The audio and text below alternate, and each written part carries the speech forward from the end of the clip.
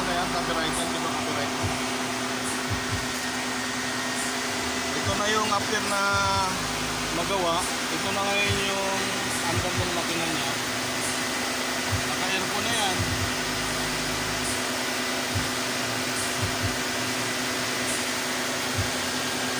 Ano yung andar niya.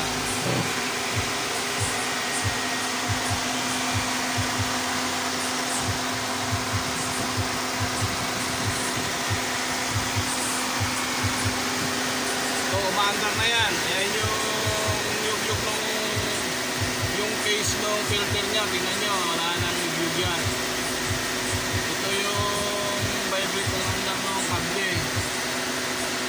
Pero itong housing na to, ng air cleaner, hindi na siya yumuyug-yug ng katulad ng hindi pa nagawa. Okay na rin itong ayak na to, nagawa na rin itong ayak